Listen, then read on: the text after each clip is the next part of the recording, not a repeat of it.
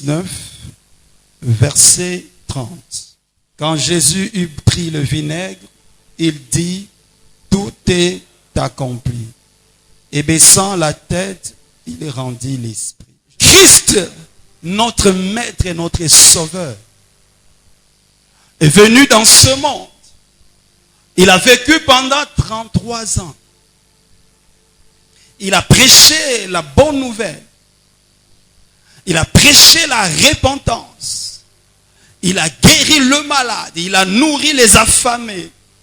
Il a ressuscité les morts.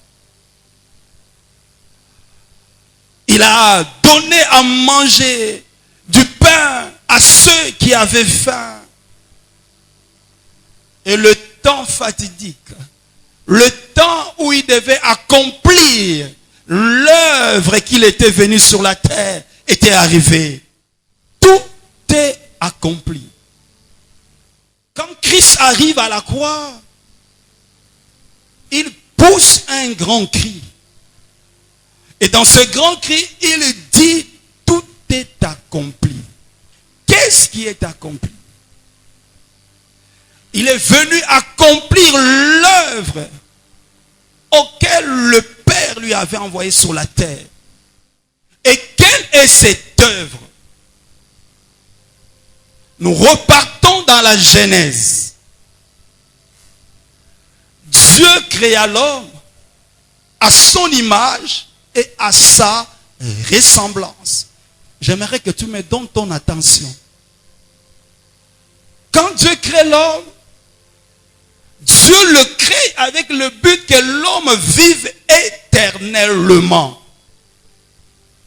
Dieu crée l'homme à son image parce que lui, il est éternel. Alors l'homme était appelé à vivre aussi éternellement.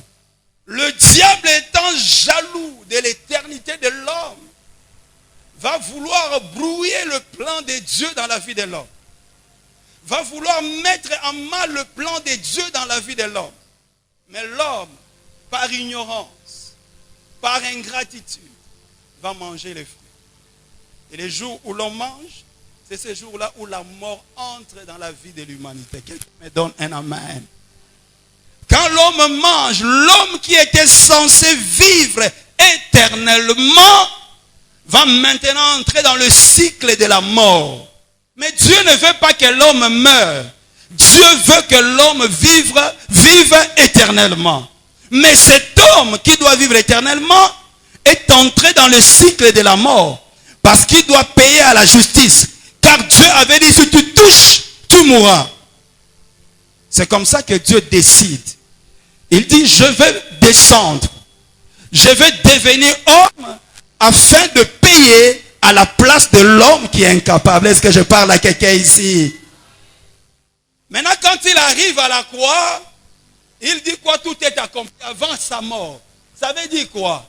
Ça veut dire à partir de maintenant, l'homme qui était censé mourir éternellement, parce que moi je viens de payer le prix, parce que moi je suis mort à sa place, à partir de maintenant, tout homme qui va croire à l'œuvre que j'ai accomplie ne mourra plus éternellement, mais vivra éternellement. Je parle à quelqu'un ici. Alors ce soir, nous allons découvrir les bénéfices de la croix. Dis avec moi les bénéfices de la croix. Dans le tout est accompli, il y a le bénéfice de la croix. Alors nous allons voir j'ai dit quatre bénéfices de la croix. Premier bénéfice, le pourquoi de la croix. La croix, lieu des signes et des prodiges. Ça c'est le premier bénéfice. C'est vrai qu'il y a eu des gens qui sont morts à la croix, mais la mort de Christ à la croix était une mort très très différente des autres. Matthieu 27, versets 50 à 52, et nous prenons le verset 54. Matthieu 27, écoutez ce que la Bible dit.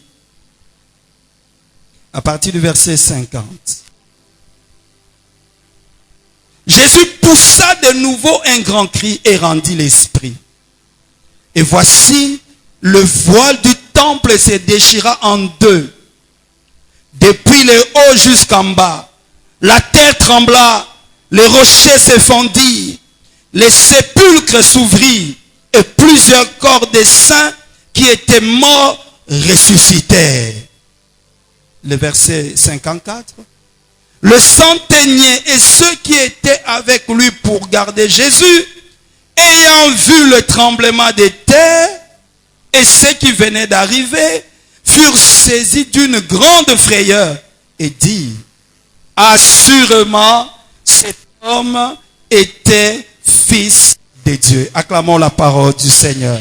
Mais quand Christ pousse les cris, les gens qui étaient dans le temple vont réaliser que le voile s'est déchiré en deux. Pourquoi le voile s'est déchiré? C'est pour dire à partir de maintenant, Dieu qui était autrefois caché, dont l'homme n'avait pas accès, à partir de maintenant, la voie est libre. L'homme a la possibilité d'entrer dans la présence de Dieu. Je parle à quelqu'un. Et ce qui est encore pire, c'est que quand il meurt, la Bible dit les gens qui étaient dans les cimetières, qui étaient morts depuis des années, la Bible dit ils ressuscitaient. Alléluia. Ça veut dire à la croix, il s'est passé des signes et des prodiges. La croix de Jésus, Christ à la croix a fait que ceux qui étaient morts à cause du péché, parce que lui, il est venu payer le prix du péché, il n'y avait plus la raison que la mort retienne ces gens. Est-ce que je parle à quelqu'un ici? Oh, je viens proclamer sur ta vie ce soir. Peu importe ce qui était mort dans ta vie, mais ce soir, cela prend vie au nom de Jésus. Je viens déclarer ce soir, tout ce qui était bloqué dans ta vie, toute porte, tout rideau, tout mur, toute barrière, cela va être fendu ce soir au nom de Jésus. Car il y a quelqu'un qui a payé le prix. Bien-aimé, quand il est mort, quelque chose d'extraordinaire. Depuis que le monde est monde, bien-aimé, il y a eu des gens qui ont été crucifiés. Mais la crucifixion de Christ a laissé l'histoire dans l'humanité. Quelqu'un qu'on a traité comme un malfaiteur. Quelqu'un qu'on a traité comme un brigand. Mais au travers de sa mort, les morts sont ressuscités.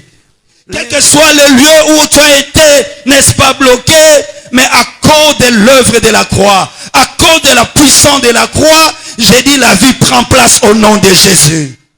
Deuxième bénéfice. La croix, un lieu de sainteté et de réconciliation. Non seulement lieu de sainteté et de réconciliation, lieu aussi de naissance. Lisons Galates chapitre 6 verset 14. La croix, un lieu de sainteté et de réconciliation. Galates 6, 14, la Bible dit ceci. Pour ce qui me concerne, loin de moi la pensée de me glorifier et d'autres choses que la croix de notre Seigneur Jésus-Christ, par qui le monde est crucifié pour moi, comme je le suis pour le monde. Est-ce qu'on peut acclamer la parole? Paul dit, il ne pense pas à autre chose, si ce n'est qu'à la croix de Jésus. Pourquoi il pense à la croix de Jésus? Il dit, au travers de la croix de Jésus, moi, Paul, je suis crucifié. Ça veut dire, au travers de la croix, tout ce qui est comme passion, tout ce qui est comme mauvaise habitude, tout ce qui est comme vice, comme mentalité individualiste, matérialiste et autres, toutes ces choses ont été crucifiées. Bref, la croix a crucifié tout ce qui était comme péché en moi. Regardez ce que Romains 6 dit. Sachant que notre vieil homme a été crucifié avec lui, afin que le corps du péché fût détruit. Pour que nous ne soyons plus esclaves du péché. Alléluia. Au travers de la croix, notre vieil homme a été détruit. Et quand nous sommes derrière la croix, nous sommes justifiés, nous sommes sanctifiés. Je parle à quelqu'un ici. Donne-moi un amen pour que je passe ce matin. Bien-aimé, si tu as un mari qui ne prie pas, tu n'as pas besoin de les traiter d'un démon. Nous prions souvent pour nos maris. Quand il fait quelque chose de mauvais, toi tu es un démon. Mais si tu l'appelles démon, les démons ne se répandent jamais. Un démon ne peut pas se répandre. Je parle à quelqu'un ici. Tu pries pour lui et en même temps tu l'appelles démon. Ça veut dire, toi-même tu piétines sur tes prières. Mais j'aimerais que quand tu vois ton mari, ou même quand tu vois tes enfants faire des mauvaises choses, il faut le voir derrière la croix. Si tu le vois derrière la croix, tu le verras justifié, sanctifié. Je parle à quelqu'un ici. La puissance de la croix a la capacité de transformer la vie de quelqu'un. Paul dit qu'à cause de la croix, j'ai été crucifié. Et parce que nous avons été justifiés par l'œuvre de la croix, alors nous sommes devenus saints. Voilà pourquoi nous pouvons nous approcher de Dieu. Voilà pourquoi notre relation peut être rétablie avec Dieu. Ce qui nous a séparés de Dieu, c'était le péché. Or, au travers de l'œuvre de la croix, nous avons été justifiés et sanctifiés. Et parce que Jésus nous a justifiés, parce qu'il a pris sur lui nos fautes, voilà pourquoi nous pouvons nous dire que nous sommes une assemblée de saints. Il y a quelqu'un qui est présent? La Bible dit dans Colossiens 2,13, il nous a fait grâce de toutes nos offenses. Il nous a fait grâce de tous nos péchés. Il nous a rendus libres. Est-ce qu'il y a quelqu'un qui est présent ce matin? Il y a des personnes qui mènent une vie de culpabilité. Mais j'aimerais dire à quelqu'un ce matin, Christ à la croix nous a sanctifiés et nous a justifiés. Quelqu'un qui est justifié, c'est une personne qui a été déclarée non coupable. Et Jésus est venu nous réconcilier avec le Père au travers de son sang. Déjà la croix, c'est un symbole de la réconciliation. Nous avons vu une croix en bois devant nous. Le bois vertical réconcilie l'homme avec Dieu et horizontal les hommes entre les hommes. La croix, c'est le lieu de la nouvelle naissance. Quand Christ est mort, nous avons vu avec les enfants, il y a un soldat qui a mis son épée sur la côte de Jésus. Et l'eau et le sang est sorti. Quand l'eau et le sang sortent, les mamans le savent. Quand une femme arrive à terme, quand la poche d'eau s'ouvre et que le sang sort, ça annonce une vie. Alléluia. Ça annonce une naissance. Nous sommes nés à la croix. L'église est née à la croix. Nous avons eu notre nouvelle naissance au travers de l'œuvre de la croix. Est-ce que nous pouvons acclamer le Seigneur de gloire? C'est Christ qui est mort et il a fait de nous de nouvelles créatures. Voilà pourquoi 2 Corinthiens 5, 17 dit ceci. Si quelqu'un est en Christ, il devient une nouvelle créature. Les choses anciennes sont passées, car toutes choses sont devenues nouvelles. Troisième bénéfice. La croix, un lieu de liberté et de victoire sur les ténèbres. Un lieu de liberté et de victoire sur les ténèbres. Colossiens 2, 12 à 15. Ayant été ensevelis avec lui par le baptême, vous êtes aussi ressuscités en lui et avec lui, par la foi en la puissance de Dieu, qu'il a ressuscité des morts.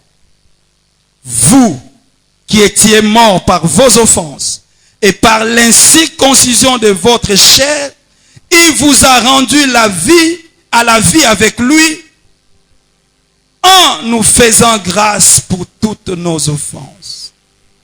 Il a effacé l'acte dont les ordonnances nous condamnaient qui subsistaient contre nous, et il a détruit en le clouant à la croix.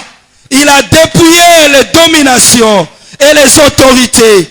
Il les a livrées publiquement en spectacle en triomphant d'elle à la croix.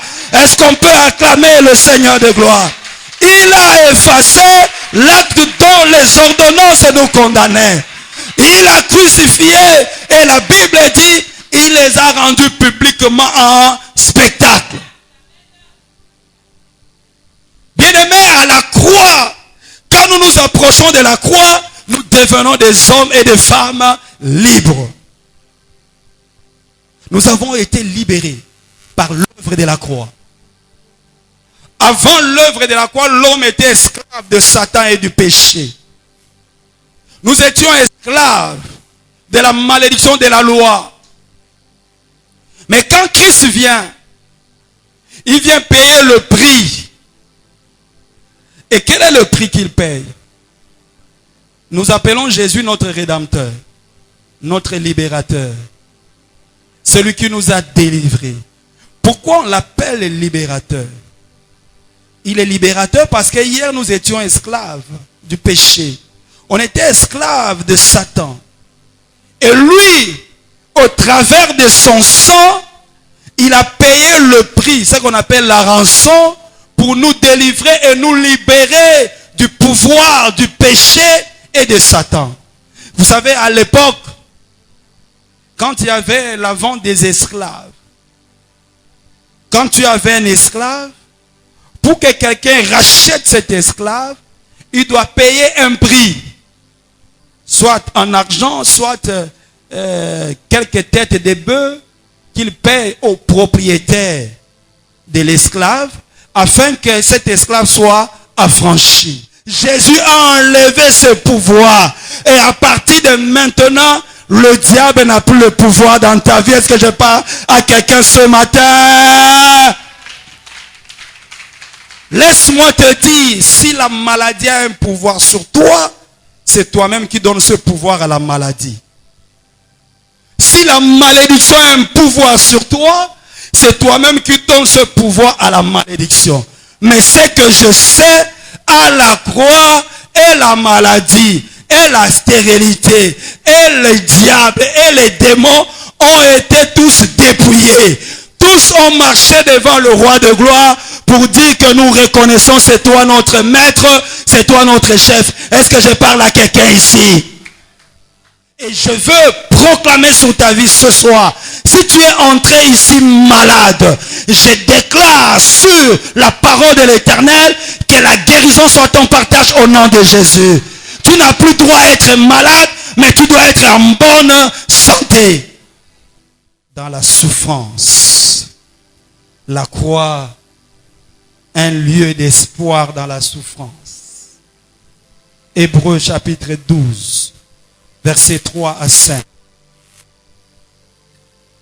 Considérez en effet celui qui a supporté contre sa personne une telle opposition de la part des pécheurs, afin que vous ne vous laissiez point l'âme découragée. Vous n'avez pas encore résisté jusqu'au sang en luttant contre les péchés. Et vous avez oublié l'exhortation qui vous est adressée comme à des fils. Mon fils, ne méprise pas le châtiment du Seigneur et ne perds pas courage lorsqu'il te reprend. Acclamons la parole du Seigneur. La croix est un lieu d'espoir dans la souffrance. On dit considérant en effet celui qui a supporté. Nous avons suivi la scène, comment Christ a souffert. Comment il a été trahi par des gens qui ont mangé, qui ont bu.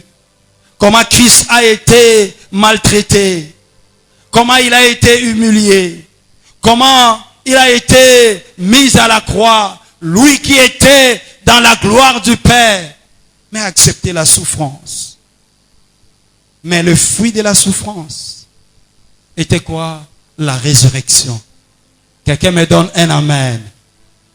Quand quelqu'un regarde à la croix, peu importe ce qu'il vit, peu importe ce qui se passe dans sa vie, mais il a l'espérance. Pourquoi? Parce qu'il sait que derrière la croix, il y a la victoire, il y a la résurrection. Je parle à quelqu'un ici. Jésus a supporté. Il a supporté la souffrance. Il est allé jusqu'au bout. Et à la fin, il est sorti vainqueur. Mais qu'est-ce qui nous arrive dans la plupart des cas? Quand les situations acculent nos vies, quand nous sentons que des situations ne marchent pas à notre faveur, nous abandonnons la foi, nous abandonnons la prière, nous abandonnons la vie de l'église, parce qu'on dit, c'est quand même injuste, pourquoi ma situation perdure? Je prie comme si je ne priais pas, je donne les offrandes comme si je ne donnais pas, je donne les dîmes comme je ne donnais pas. Qu'est-ce qui se passe? Plusieurs abandonnent la foi. Mais la Bible dit, regardons à notre maître. Il a enduré la souffrance. Il a accepté la souffrance. Mais cette souffrance l'a amené à la gloire. Cette souffrance l'a amené à l'élévation. Ça veut dire, si aujourd'hui tu acceptes pour peu de temps, le temps que tu passes à l'épreuve, laisse-moi te dire, après l'épreuve, c'est la gloire. Est-ce que je parle à quelqu'un? Est-ce que tu peux acclamer le Seigneur des gloires? Tout genou fléchit. La maladie fléchit les genoux devant le nom de Jésus. La stérilité fléchit les genoux. La sorcellerie familiale fléchit les genoux. Le chômage fléchit les genoux. Les marabouts, même les démons fléchissent les genoux devant le nom de Jésus. Il n'y a aucune puissance qui peut résister au nom de Jésus. Je t'annonce une bonne nouvelle ce soir, ce matin, que la puissance de la croix est en action en ces lieux. Quel que soit ce qui a perturbé ta vie, mais ce matin, la puissance de la croix va restaurer ta vie. Ce matin, la puissance de la croix va redonner la vie là où il y avait la mort. Ce matin, la puissance de la croix va déterrer ce qui était enterré. Ce matin, la puissance de la croix va changer la malédiction en bénédiction, la maladie en guérison, la stérilité en fécondité, le chômage en travail. Si tu le crois plus fort, amen. Plus fort encore, amen. La puissance de la croix. La Bible dit, la croix est une folie pour ceux qui périssent. Mais pour nous qui sommes sauvés, elle est la puissance de Dieu. La croix, bien-aimé, le mystère de la croix est une puissance. Et je viens t'annoncer la puissance de la croix, capable de changer, de transformer, de restaurer. Je crois ce soir, je crois ce matin, que la croix a la capacité de changer les données dans ta vie. Ce n'est pas en vain que tu as laissé ta maison, tu as laissé ton lit et tu es venu en ces lieux. Si tu crois, bien-aimé, ce matin, ta vie ne sera plus jamais la même. Si tu crois, j'ai dit, tu sortiras d'ici, plusieurs seront étonnés, ils vont se demander qu'est-ce qui s'est passé dans ta vie.